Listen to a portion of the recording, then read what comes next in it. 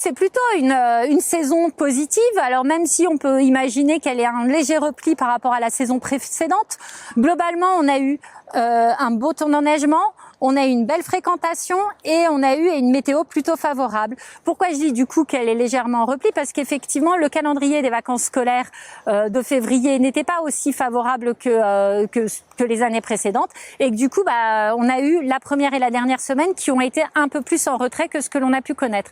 Cependant, et ce qu'on observe, c'est on commence à statuer sur le fait qu'il y a de plus en plus un marché, une période de repli des vacances de mars sur les vacances de janvier, et donc une clientèle qui vient de particuliers qui vient skier au mois de janvier, probablement lié aussi un peu au réchauffement climatique, qui fait un petit peu moins froid qu'avant, donc c'est plutôt favorable. Et puis une clientèle qui veut être sûre d'avoir de la neige et une bonne neige sur cette période-là.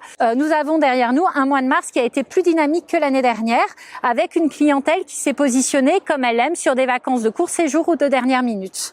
Avec une belle fin de saison également pour le mois d'avril. Et une fin de saison pour le mois d'avril qui a tendance à s'étirer parce que la neige est au rendez-vous, parce que la météo est favorable et parce que nos stations continuent d'être ouvertes encore pendant un petit moment.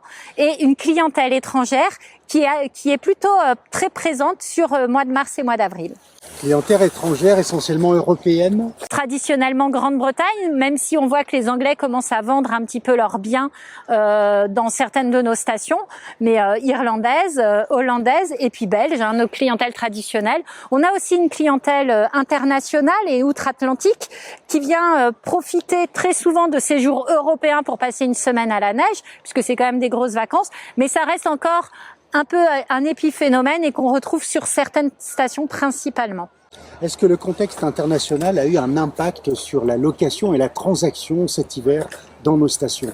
Alors, on pourra dire que là, on ne peut pas généraliser sur l'ensemble des stations et sur l'ensemble des produits logements. Si on prend la location, on a pu constater que notamment dans certaines stations et là où on a beaucoup de résidences de tourisme, on a une clientèle notamment israélienne qui ne s'est pas présentée et on voit bien pourquoi. On constate aussi au mois de mars que notre clientèle de Français expatriés à Dubaï ne s'est pas présentée pour les mêmes raisons. Donc voilà, oui, on a un impact au niveau location, même si c'est arrivé quand même pendant la saison et donc malgré tout plutôt une fréquentation normale. Après sur la transaction, c'est aussi en fonction des stations. Sur la station de Méribel, là où on est aujourd'hui, notre clientèle internationale et qui achète des très beaux chalets continue d'investir. Par contre, il y a des questions qui vont se poser. Déjà parce que certains peuvent avoir un impact dans leur job au quotidien par rapport aux événements géopolitiques qui sont présents. Et donc, il y a peut-être un peu de prudence dans certains. Et aussi, pour une partie de la clientèle, peut se poser la question, effectivement, de l'évolution politique française, puisque en 2027, nous aurons les élections présidentielles et qu'effectivement, il peut y avoir des incertitudes par rapport à la fiscalité qui va être donnée. Et certains peuvent se poser la question de savoir si c'est pas le moment de vendre leur chalet de plusieurs millions d'euros pour sortir effectivement l'argent du territoire de la France.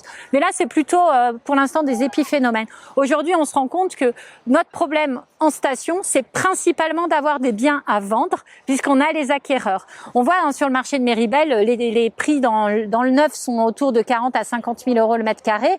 Donc ça tire le marché de l'ancien vers le haut et ça attire aussi une clientèle sur ce marché-là.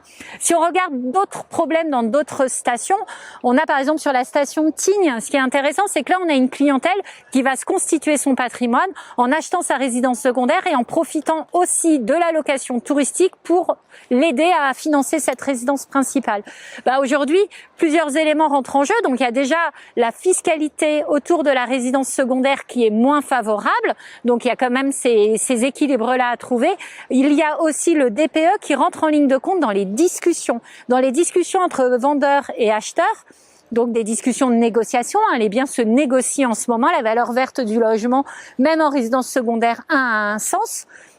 parce que les coûts de rénovation énergétique sont importants, mais vient aussi en discussion par rapport à la frilosité parfois de certains banquiers de financer des biens qui sont en DPE EFG.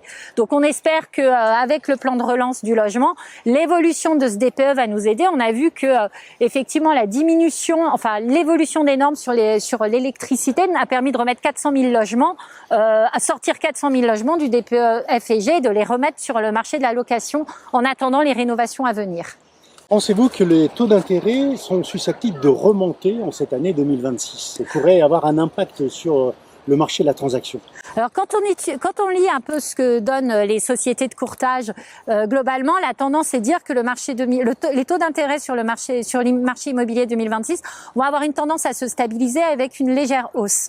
On commence à entendre des discussions sur le taux d'usure et donc des alertes sur ce point-là parce qu'effectivement on a des inquiétudes que l'évolution des taux d'intérêt augmente un peu et que le taux d'usure redevienne un sujet. On reste encore sur pour l'instant des tendances et des interrogations et des inquiétudes par rapport à ce qu'on a vécu.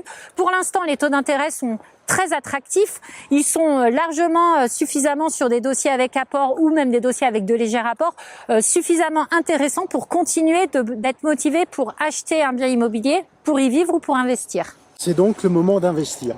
C'est toujours le moment d'acheter la pierre parce que ça reste une valeur sûre et parce qu'effectivement, c'est la possibilité de se constituer un patrimoine ou de constituer son logement pour y vivre ou effectivement de pouvoir d'avoir sa résidence secondaire pour y créer des bons moments avec sa famille. Merci Bérangère. Merci Thierry.